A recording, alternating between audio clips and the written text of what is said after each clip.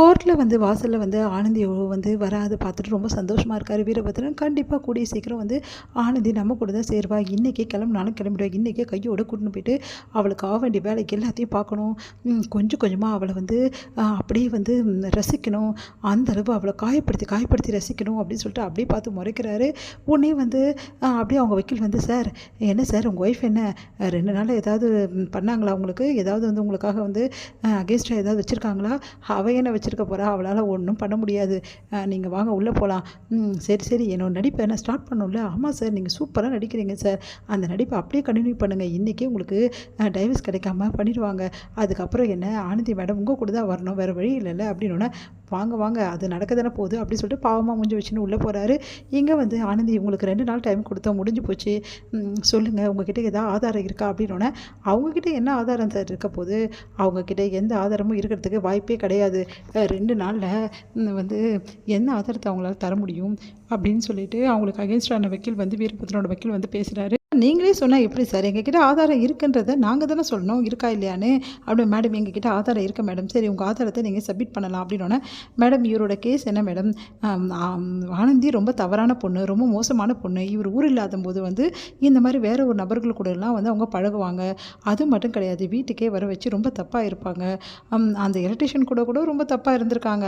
அவருக்கு காசு கொடுத்து வர வச்சுருக்காங்கன்னு சொல்கிறது தானே இவரோட தாட்டு அப்படின்னோடனே, அப்படியே அதிர்ச்சியாக பார்க்குறேன். ஆமாம், அதுக்கான ஆதாரத்தை தான் அவர் கொடுத்துருக்காரு.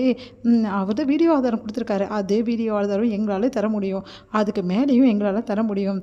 காட்டட்டுமா அப்படின்னு சொல்லிட்டு வீடியோ ஆதாரத்தை காட்டுறாங்க. பார்த்தா வந்து அதில் எலக்ட்ரிஷியனுக்கு பணம் கொடுத்தது வந்து இருக்குது. பார்த்தீங்களா மேடம், இதே பணத்தை எலக்ட்ரிஷியனுக்கு நேற்று வந்து கொடுத்துருக்காரு இந்த வீரபத்ரன். இதுக்கு என்ன மேடம் அர்த்தம் அப்படின்னோன்னா அதிர்ச்சியாக பார்க்குறாங்க.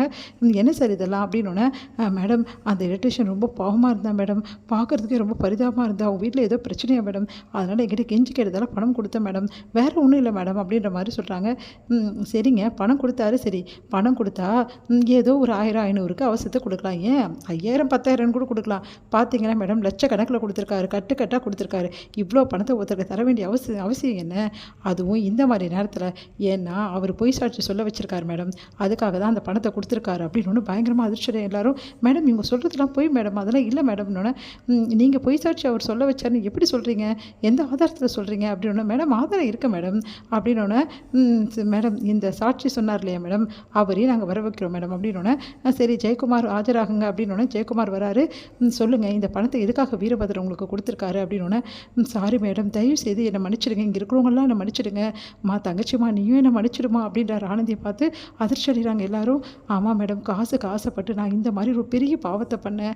என் தங்கச்சி எனக்கு புத்திமதி சொன்னால் அப்போ தான் தெரிஞ்சுது இன்னொரு தங்கச்சியோட வாழ்க்கையை நான் கெடுக்கிறேன்னு சொல்லிட்டு எனக்கு புத்தி வந்துருச்சு மேடம். நான் ரொம்ப பெரிய தப்பு பண்ணிட்டேன், பணத்துக்கு ஆசைப்பட்டு இப்படி பண்ணிட்டேன். வீரபத்ரன் எனக்கு கட்டுக்கட்டாக பணம் கொடுத்தாரு.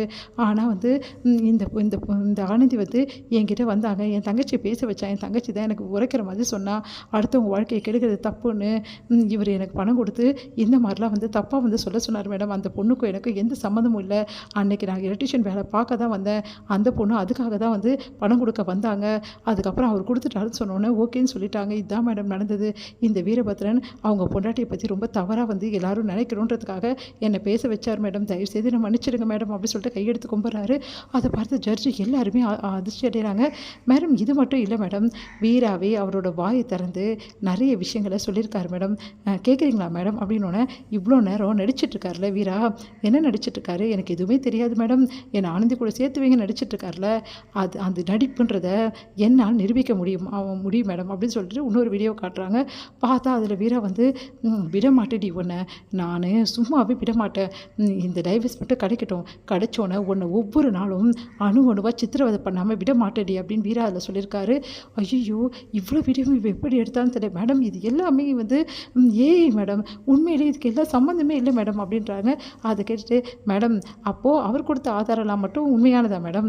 மேடம் எல்லா ஆதாரமும் உண்மையானது மேடம், இதில் அவரே பேசியிருக்கார் மேடம், பாருங்கள் மேடம், இவர் நடிப்பை நம்பாதீங்க, நான் சொன்னேன்ல மேடம், பயங்கரமாக நடிப்பான் மேடம் இந்த ஆள் எவ்வளோ நடிப்பான்னு தெரியுமா? ஏன்னா இந்த ஆள் ஒரு கிரியேட்டிவ் டைரக்டர் மேடம், நடிப்பை இவனுக்கு சொல்லித்தர வேண்டிய அவசியம் இல்லை மேடம் அப்படின்னோடனே அப்படியே அதிர்ச்சி அடைகிறார் வீரபத்ரன். ஐயோ இப்படி நடந்துருச்சேன்னு.